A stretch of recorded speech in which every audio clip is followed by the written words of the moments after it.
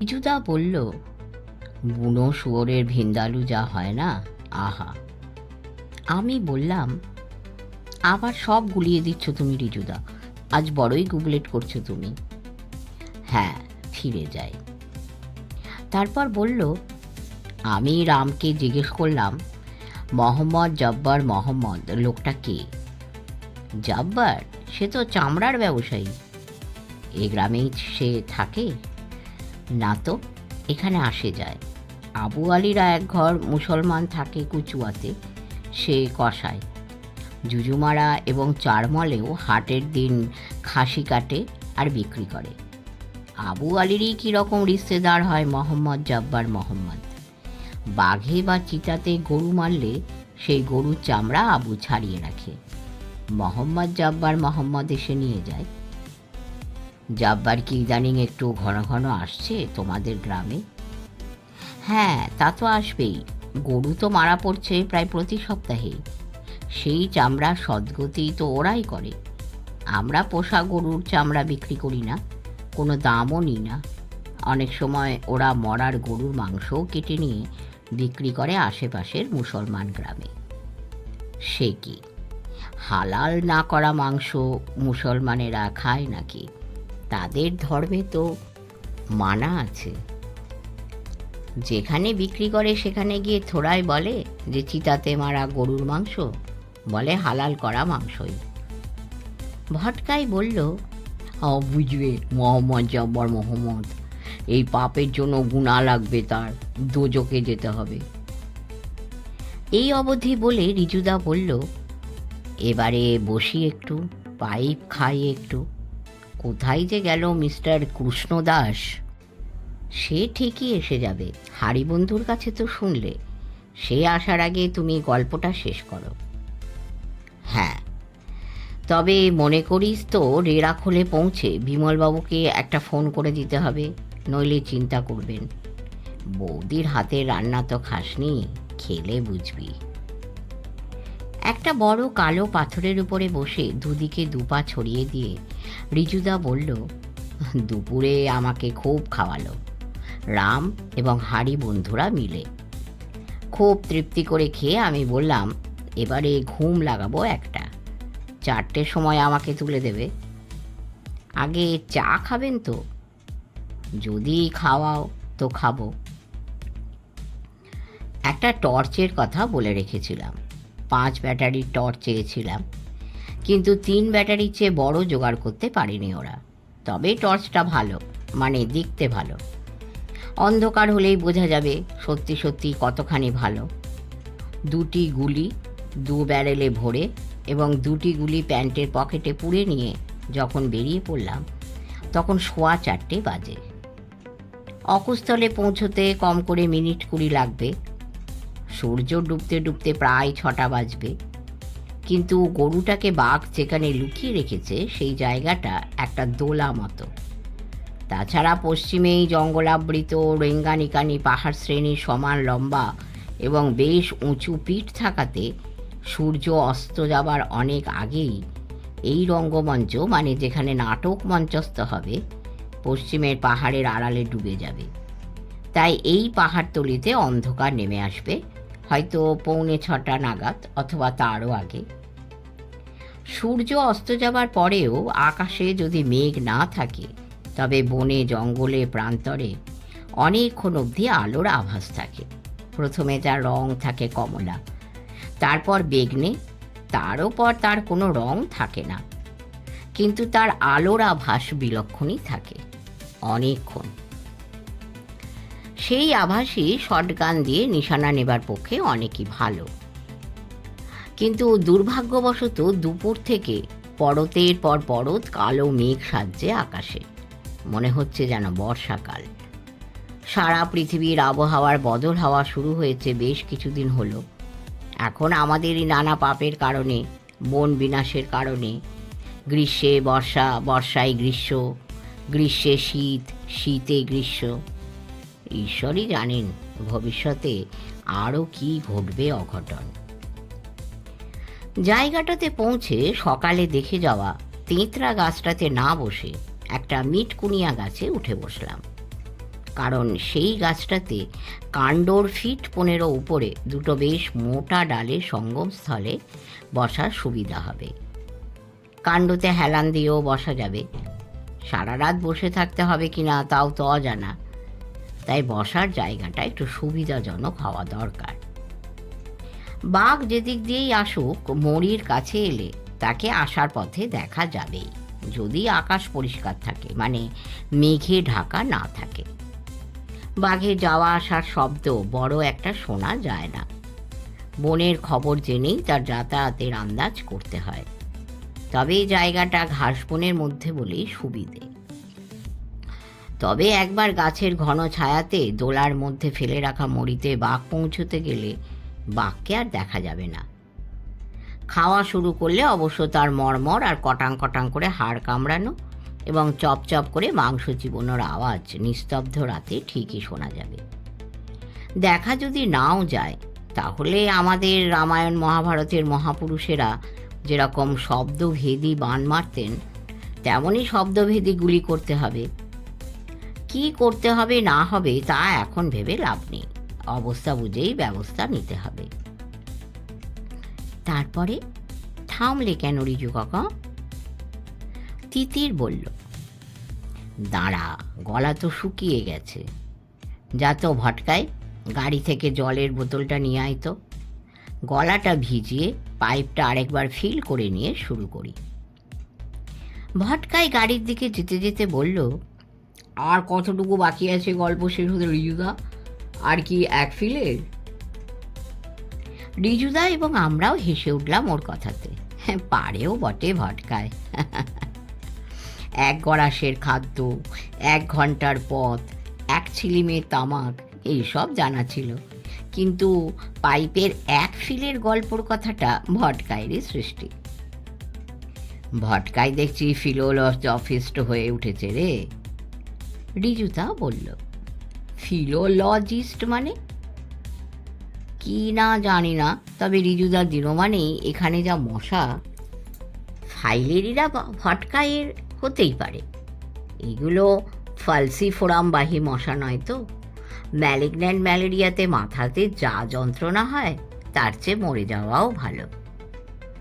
রিজুদা বলল, এখানকার মশার কামড়ে ম্যালিগন্যান্ট ম্যালেরিয়া হয় বলে শুনিনি, তবে শিমলিপাল, নেফাড, নামধাপা ইত্যাদি বনের মশারা ম্যালিগন্যান্ট ম্যালেরিয়ার জন্য কুখ্যাত। অঙ্গুল ডিভিশনের লবঙ্গী জঙ্গল থেকে ফিরেও একবার ম্যালিগন্যান্ট ম্যালেরিয়াতে পড়েছিলাম। এই কতবার হয়েছে জানো তোমার ম্যালিগন্যান্ট ম্যালেরিয়া রিজুদা? ভটকায় বলল ফিরে এসে। কেন, তোরা শুনিসনি? 3 বার। ভটকায় জানবে কি করে? ও তো 2 দিনের বৈরাগী, ভাতকে বলে অন্ন। কতদিন হলো ও চেনে তোমাকে? তিতির ভটকাইকে 1 গোল দিয়ে দিল। রিজুদা জল খাওয়া হলে ভটকায়ও ঢকঢক করে 1 লিটার জলের বোতল জল খেয়ে আমাদের দিকে এগিয়ে দিল। জল খেয়ে ইতিমধ্যেই নতুন টবাকোতে ফিল করা পাইপটাতে লাইটার দিয়ে আগুন জ্বেলে রিজুদা অনেকখানি ধোঁয়া চালল। ভটকায় বলল, এই চলো ফিনসে শুরু করো রিজুদা, এতক্ষণে বাগদা এসে গেল।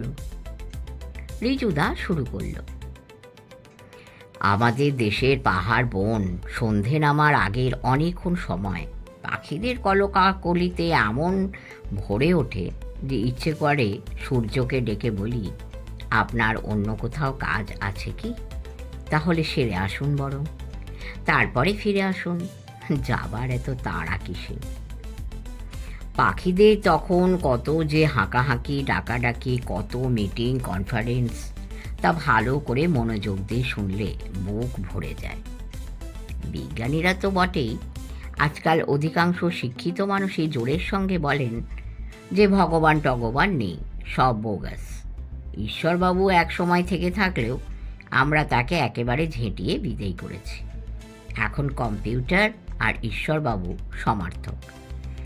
কিন্তু বনে জঙ্গলে শিশুকাল থেকে ঘুরে ঘুরে আমিও বোধহয় গ্রাম্য, অশিক্ষিত, কুসংস্কারাচ্ছন্ন হয়ে গেছি। নইলে ঈশ্বর যে নেই, এ কথা জোরের সঙ্গে বলতে পারি না কেন বল? কে এমন রং লাগালো বনে বনে? কে এত রকম পাখি, ফুল, প্রজাপতি, পোকামাকড়, পশু সৃষ্টি করে তাদের প্রত্যেকের চেহারা ছবি আলাদা করে গড়ে, তাদের গলাতে এত বিভিন্ন রকম স্বর দিল। অতটুকু পোকামাকড়েও আমাদের যা কিছু আছে তা সবই দিল, শুধু ধর্মবোধটুকু ছাড়া। কি করে মানি বল যে এত কোটি কোটি গ্রহ নক্ষত্র, যার মন্ত্র বলে আবর্তিত হচ্ছে, যার যার কক্ষপথে যুগ যুগান্ত ধরে ঘুরে চলেছে, সে কেউই নয়? এই পৃথিবীর দাম এই ব্রহ্মাণ্ডর প্রেক্ষিতে কতটুকু? আর এই পৃথিবীর বাসিন্দা আমরা, এই সর্বজ্ঞজনেরা কি এই ব্রহ্মাণ্ডের সৃষ্টিকর্তা ব্রহ্মার মাথাতে উড়নচাটি মেরে বেড়াবার মতো জ্ঞানী হয়ে গেছি বলে মনে করিস?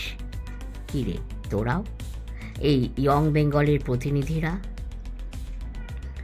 আমরা সকলেই চুপ করে রইলাম। বুঝলাম যে রিজুদাকে এখন কথাতে পেয়েছে। সকলকেই পায় কখনো কখনো। এখন বাদী বিবাদী কোনো পক্ষ সমর্থন করতে যাওয়াটাই মূর্খামি। কিছুক্ষণ সকলেই চুপ করে রইলাম। তিতির বলল, সূর্য কি ডুবলো অবশেষে রিজু কাকা? এই বাঘ কি এলো? ভটকাই বলল, হ্যাঁ, সূর্য ডুবতে না ডুবতেই বৃষ্টি নামল, সঙ্গে দমক দমক হাওয়া। মে মাসের শেষেও রীতিমতো ঠান্ডা লাগতে লাগলো। বন্দুকের নলটাকে নিচের দিকে করে যাতে বৃষ্টির জল নলের মধ্যে ঢুকে না যায়, তাই আড়ষ্ট হয়ে বসে রইলাম। তখনও গাছের ছত্রছায়ায় আছি বলে জল মাথার উপরের দিক থেকে আসছিল না, চারপাশ থেকে আসছিল, কিন্তু গাছটা পুরো ভিজে গেলেই আসতে শুরু করবে। তারপর ভটকাই বলল, মাঝে মাঝে বিদ্যুতের আলোতে পাহাড়তলি আলোকিত হয়ে উঠছে, কিন্তু মুহূর্তের জন্য।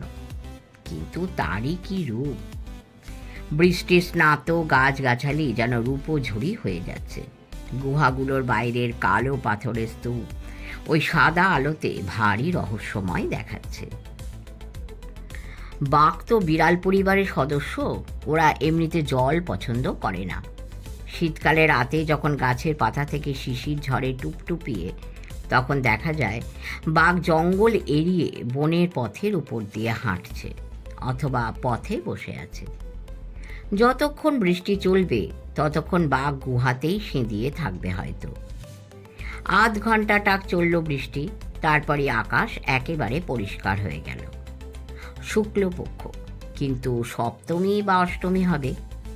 ছোট হলেও একটা চাঁদ উঠল এবং বৃষ্টি শেষের মিশ্র গন্ধবাহী হাওয়াতে আন্দোলিত ডালে পাতায় বৃষ্টি ভেজা বন প্রান্তরে পিছলে যাওয়া চাঁদের আলো আর অন্ধকারের বাঘবন্দি খেলা শুরু হলো। এমন সময় একটা কোটরা হরিণ খুব ভয় পেয়ে ডাকতে ডাকতে পাহাড়তলিতে উত্তর থেকে দক্ষিণে দৌড়ে গেল পড়ি মরি করে। তার বাক বাক বাক আওয়াজ বনে পাহাড়ে প্রতিধ্বনি তুলল। বৃষ্টির পরে বনের শব্দ গ্রহণ ও শব্দ প্রেরণ ক্ষমতা অনেক বেড়ে যায়, তাই সেই ডাক দিক বিদিকে ছড়িয়ে গেল। তারপরেই দুটো পেঁচা কিচি কিচি কিচড় কিচড় কিচি আওয়াজ করে পাহাড়তলির আকাশে ঘুরে ঘুরে উড়ে উড়ে ঝগড়া করতে লাগলো। তিতির বলল, পেঁচা কয় পেঁচানি, খাসা তো চেঁচানি। ও বাহ, মেম সাহেব দেখি বাংলা কইতেছি ফার্স্ট ক্লাস। তোমারে একদিন শীতল শুটকি রান্না কইরা খাইবার লাগবো। ভটকাই ফুট কাটল। রিজুদা বলল, সত্যি যদি খাওয়াস তাহলে আমাকেও ডাকতে ভুলিস না ভটকাই। আমি বললাম, এই তোরা ইন্টারাপ্ট করার সময় পেলি না? বলো রিজুদা।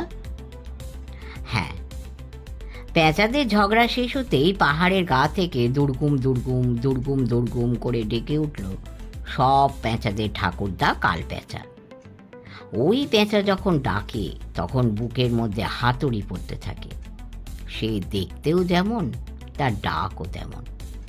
সে ডাকের অনুরণন মিলিয়ে যেতে না যেতেই এক জোড়া রেড ওয়াটেলড ল্যাপউইং টিটিটি টিটিটি অথবা ডিড ইউ ডু ইট করে ডাকতে ডাকতে চাল ধোয়া জলের মতো হালকা সাদা চাঁদের আলোর পাতলা আস্তরণ ভেদ করে তাদের লম্বা লম্বা পাগুলি ঝোলাতে ঝোলাতে, দোলাতে দোলাতে ওই গুহাগুলোর দিক থেকে এদিকে আসতে লাগলো। বুঝলাম বাঘ এবারে গাত্রোত্থান করেছে এবং যেমন ভেবেছিলাম ওই গুহাগুলোরই একটার মধ্যে তার আস্তানা। তারপর আমরা সমস্বরে এবং রুদ্ধশ্বাসে বললাম। তার একটু পরই পাহাড়তলিতে ঘাস বনে আন্দোলন উঠল। বুঝলাম বাঘ সোজা এদিকেই আসছে। এমন বীর দর্পে এবং throwing all caution to the winds কোনো বাঘকে তার মারা জানোয়ারের মরিতে আসতে দেখিনি। এই বাঘ তার মারা মরিতে কখনো ফিরে আসে না বলে যে জনশ্রুতি আমাকে শোনানো হয়েছিল তা সর্বৈব মিথ্যা। সে বিষয়ে আমার কোনো সন্দেহই রইল না, এবং এই জনশ্রুতি কে বা কাদের বানানো সে সম্বন্ধেও একটা অস্পষ্ট ধারণা গড়ে উঠেছিল আমার মনে। তেঁতরা গাছটার নিচে এমনই অন্ধকার যে বাঘ সেখানে একবার ঢুকে পড়লে বাঘের উপরে চাঁদের আলো আর পড়বে না। বন্দুকে ক্ল্যাপও লাগানো নেই। থাকলে 3 ব্যাটারির টর্চটা ফিট করে নেওয়া যেত ব্যারেলের সঙ্গে। এই বোকা বাঘ যেভাবে আসছে সেভাবেই যদি এগিয়ে আসে, একটুও সাবধানতা অবলম্বন না করে, তবে সে গাছতলির অন্ধকারে সেঁধোবার আগেই তাকে গুলি করব বলে ঠিক করলাম। বাঘ যখন প্রায় 100 গজ মতো দূরে, তখনও তার শরীর দেখা যাচ্ছিল না। ঘাসের মধ্যে ঘাসের মাথাগুলি নড়াচড়া দেখেই তার উচ্চতা এবং দৈর্ঘ্য সম্বন্ধে একটা ধারণা করা যাচ্ছিল মাত্র। মস্ত বড় বাঘ, এবং হয়তো বুড়ো, নইলে বন্যপ্রাণী শিকার না করে দুধেল গরুদের তার নিয়মিত খাদ্য তালিকাতে ঢোকাবেই বা কেন সে? অথবা কোনো আনাড়ি বা দায়িত্বজ্ঞানহীন শিকারীর ছোড়া গুলিতে সে প্রতিবন্ধী হয়ে গেছে। তারপর ভটকাই অধৈর্য হয়ে বলল। তারপর আমি টর্চটাকে প্যান্টের পকেটে ঢুকিয়ে খুবই আস্তে আস্তে বন্দুকটাকে কাঁধে তুললাম, যাতে সেই নড়াচড়া বাঘের চোখে না পড়ে। আমার ডান বাহুর সংযোগস্থলে বন্দুকের কুঁদোটাকে টাইট করে ধরে বাঁ হাতের পাতা দিয়ে লকের নিচে ধরে ডান হাত দিয়ে স্মল অফ দ্য বাট চেপে ধরে তর্জনী ট্রিগার গার্ডের উপরে ঠেকিয়ে রাখলাম। ডান হাতের বুড়ো আঙুল রইল সেফটি ক্যাচের উপরে। একটু চুপ করে থেকে নিভে যাওয়া পাইপে আর একটা টান লাগিয়ে রিজুদা বলল, বাঘের মাথাটা ঘাস বনকে চিরে আগে আগে আসছে। সব বাঘই তার সামনে 2 কাঁধের মধ্যে শরীরটাকে ঝুলিয়ে দিয়ে যেমন ছন্দবদ্ধ হয়ে হাঁটে তেমনি করেই হাঁটছে। তার শরীর বা মাথা দেখা যাবে না। ঘাসের আন্দোলন দেখেই আন্দাজ করে মারতে হবে, এবং মারতে হবে সামান্য পরেই। বাঘের মনে মরির কাছে যে তার বিপদ থাকতে পারে সে সম্বন্ধে আদৌ কোনো সন্দেহই জাগেনি দেখে অবাক হলাম আমি। সত্যি কোনো বাঘকে এমন অদ্ভুত ডেয়ার ডেভিল ব্যবহার করতে দেখিনি আগে। এ যেন আত্মহত্যা করবে বলে মনস্থির করেই এসেছে। কে জানে, এর হয়তো খুবই খিদে পেয়েছে, অথবা প্রেমে ব্যর্থ হয়েছে, যে তাও হতে পারে। যাই হোক, বাঘ যখন 15 গজ দূরে, তখন তার মাথাটা এবং ঘাটটা কোথায় হতে পারে প্রায় মাটি থেকে 3.5-4 ফিট উচ্চতাতে সামান্য লিড দিয়ে সেফটি ক্যাচ অন করেই ট্রিগার টানলাম। তারপর আমরা আবারও সমস্বরে প্রশ্ন করলাম। ডান দিকের ব্যারেলে লেথাল বল ছিল। ইংলিশ ইলিকিন কোম্পানির। বলটা গিয়ে বাঘের শরীরের কোথায় লাগলো তা বোঝা গেল না, মানে কানে না ঘাড়ে, কিন্তু কোনো শব্দ না করে বাঘ ঘাসের মধ্যে ডুবে গেল। এই গুলি যে লাগলো এটা জানলে কি করে? বাঘ তোমাকে ভড়কি দেওয়ার জন্য যে ঘাসের মধ্যে মাটিতে বসে পড়েনি, তাই বা কী করে জানলে? ভটকাই বলল। আমি বললাম, তুইও অভিজ্ঞ হয়ে ওঠ, তখন গুলির শব্দ শুনেই বুঝতে পারবি গুলি গন্তব্যে পৌঁছলো না ফাঁকাতে হাওয়া কেটে বেরিয়ে গেল। রিজুদা আমাকে শুধরে দিয়ে বলল, গুলি গন্তব্যে না পৌঁছে আশেপাশের কোনো সলিড অবজেক্টে, যেমন গাছ বা পাহাড়ে বা বাঁধে লাগলেও যে শব্দ হতে পারে তাতে শিকারীর ভুল হতে পারে। কিন্তু সেখানে কোনো সলিড অবজেক্ট ছিলই না, ফাঁকা মাঠ আর ঘাস বন। তাই গুলি যে লেগেছে তা গুলি শব্দেই বুঝে নিতে কোনো অসুবিধে হয়নি। তারপর তারপর প্রায় আধ ঘন্টা বসে থাকলাম গাছে। এই কেন? বাঘ যখন মরেইছে জানো, তখন নেমে তখনই গ্রামে চলে গেলে না কেন? ভটকাই বলল, বোকা চন্দর, এটা জেনে রাখো যে রাতের বেলা তো বটেই, দিনের বেলাতেও বাঘকে মাচা থেকে গুলি করে কখনো মাচা থেকে নামতে নেই। এই সাবধানবাণী ব্যারিস্টার এবং বিখ্যাত শিকারী কুমুদ চৌধুরী মশাই বারংবার তার নানা বইতে লিখে গেছিলেন। তাই ওটি আমাদের প্রজন্ম শিকারীদের দ্বিতীয় প্রকৃতি হয়ে গেছিল। এই কুমুদ চৌধুরী কি বেঁচে আছেন? না না, বাঘের হাতে না মারা গেলেও এতদিনে তিনি এমনিতেই পঞ্চত্ব প্রাপ্ত হতেন। উনি তো আজকের মানুষ নন, প্রমথ চৌধুরী, আশুতোষ চৌধুরীদের পরিবারের মানুষ। যে পরিবারের মানুষ ছিলেন জেনারেল J.N. চৌধুরী। উনিও বাঘের হাতে মারা গেলেন বলছো কি রিজু কাকা? তিতির বলল। হ্যাঁ, রিজুদা বলল, একেই বলে as luck would have it. এবং বাঘকে গুলি করে মাচা থেকে নেমে সেই আহত বাঘের হাতেই মারা গেলেন। ওড়িশার কালাহান্ডির জঙ্গলে শিকারে গেছিলেন। আমি বললাম, এই কুমুদ চৌধুরীর গল্প বাদ দিয়ে এবারে তোমার গল্পটি শেষ করবে রিজুদা? আধ ঘন্টা কেটে যাবার পরেও যখন কোনো রকম নড়াচড়ার লক্ষণ দেখা গেল না, তখন পকেট থেকে টর্চটা বের করে আলো ফেলে বাঘের সাইন অবস্থান সম্বন্ধে আরও নিশ্চিত হয়ে বাঁ ব্যারেলের LGTও ফায়ার করলাম। তাতেও কোনো নড়াচড়া হলো না। তারপর বাঘ যে অবশ্যই মরেছে কথা নিশ্চিত জেনেও পকেটে রাখা অন্য দুটো গুলি বন্দুকে ভরে নিয়ে গাছ থেকে নেমে এলাম। তারপর বন্দুক রেডি পজিশনে ধরে বাঘের যেখানে শুয়ে থাকার কথা সেখানে গিয়ে পৌঁছলাম। তারপর ব্যারেল দিয়ে ঘাস সরিয়ে নিশ্চিত হলাম যে বাঘ মরে গেছে। টর্চ জ্বালিয়ে দেখলাম যে লেথাল বলটা ঢুকে গেছে বাঘের ডান কানের মধ্য দিয়ে একেবারে মস্তিষ্কে। তাই বেচারি বুঝতেও পারিনি যে সে মরে গেল। দ্বিতীয় গুলির শব্দ হওয়ার পরেই গ্রামের মধ্যে উসখুসানি ফিসফিসানি শুরু হয়েছিল যে তা দূর থেকেই বোঝা যাচ্ছিল। আমি গ্রামে ফেরার পায়ে চলা পথে মাঝামাঝি যেতেই দেখি জনা দশেক লোক দুটো হ্যাজাক জ্বালিয়ে হাতে লাঠি, সোটা, টর্চ এবং দুটো বন্দুক নিয়ে এদিকে আসছে। তারা আমাকে দেখেই আনন্দে শোরগোল করে উঠল। তারপর আমাকে হাড়িবন্ধু জিম্মাই দিয়ে তার বড় সম্বন্ধে রাম এগিয়ে গেল অন্যদের সঙ্গে বাঘকে বয়ে আনতে। আজকে সারা রাত উৎসব হবে গ্রামে। তারপর আর কি, আমি জিজ্ঞাসা করলাম, বাঘের চামড়া ছাড়াতে পারে এমন কেউ কি আছে? তাহলে আমাকে আর রক্তাক্ত হতে হয় না। সে তো শিকারিই পারে, কিন্তু আজ ভাগ্যক্রমে এক কসাই আছে, মোহাম্মদ জব্বার মোহাম্মদ। আমি বললাম, সেই কি বাঘে মারা গরুগুলো চামড়াও ছাড়ায়? হ্যাঁ, ওই তো ছাড়ায়। ও শালা আফজল মিয়াও আসে রেড়াখোল থেকে, একসঙ্গে অনেক চামড়া নিয়ে যায় টেম্পো ভাড়া করে। তোমাদের এই অঞ্চলে গত 1 বছরে কত গরু মেরেছে বাঘটা? ওহ মেলায়, তার কি হিসেব আছে কোনো? এই বাঘ যে সমলেশ্বরীর বাঘ, ও বাঘ তো নয়। তোমরা তো বলেছিলে চিতা, তা তোমরা জানলে কি করে? প্রথমবার বাঘ গরু মারার পরে সেই বাঘ মারতে কে বসেছিল মরির ওপরে? মোহাম্মদ জব্বার মোহাম্মদের শালা আফজল মিয়া। সে তখন এখানেই ছিল। সেও খুব ভালো শিকারী, নাম ডাক আছে রেড়াখোলে, তার রাইফেলও আছে। সেই বলেছিল যে গরু খাদকটা চিতা এবং তার শরীরে গুলি এফোর ওপর হয়ে গেলেও তার কিছু হয় না, নইলে সে আফজল মিয়ার গুলি খেয়েও চলে যেতে পারে।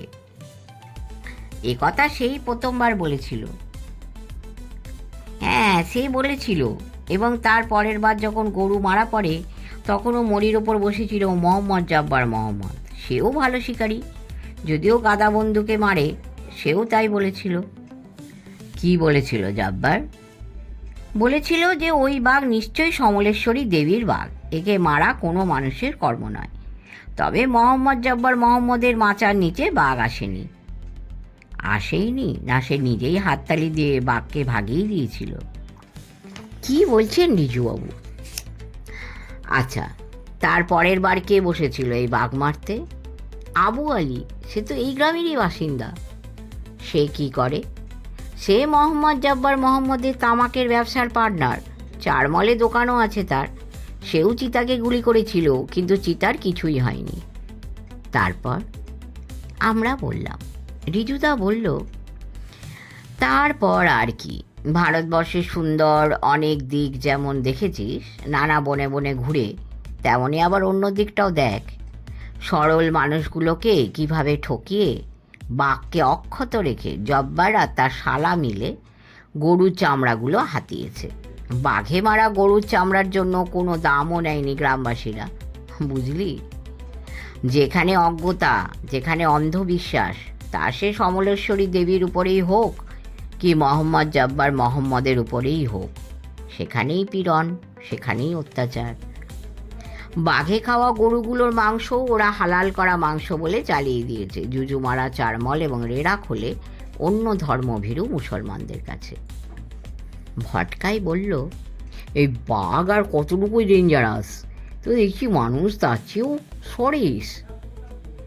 রিজুদা বলল, আমার সামনে বাঘের নিন্দা কখনো করবি না। এত বড় মহৎ প্রাণীর প্রাণী, এত বড় নির্জনতা প্রিয় সন্ন্যাসী তুই কেদার বদ্রিতেও পাবি না। এই পৃথিবী থেকে বাঘ যদি সত্যিই হারিয়ে যায়, অনেক দেশেই তো গেছে ইতিমধ্যে, সেদিনকার মতো দুঃখবহ দিনের কথা ভাবতে পর্যন্ত পারি না আমি। হারিয়ে যেতে আমরা দিলে তো অত সোজা নয়, ভটকাই বলল। শেষ করলাম রিজুদার শিকার কাহিনী, জুজুমারার বাঘ। আশা করি আপনাদের ভালো লেগেছে। যদি ভালো লাগে কমেন্টে অবশ্যই বলবেন, এবং পরবর্তী কী ধরনের গল্প শুনতে চান সেটাও জানাবেন। সাবস্ক্রাইব করে আমাদের পাশে থাকবেন। পরম করুণাময় আপনাদের সকলের মঙ্গল করুন। নমস্কার।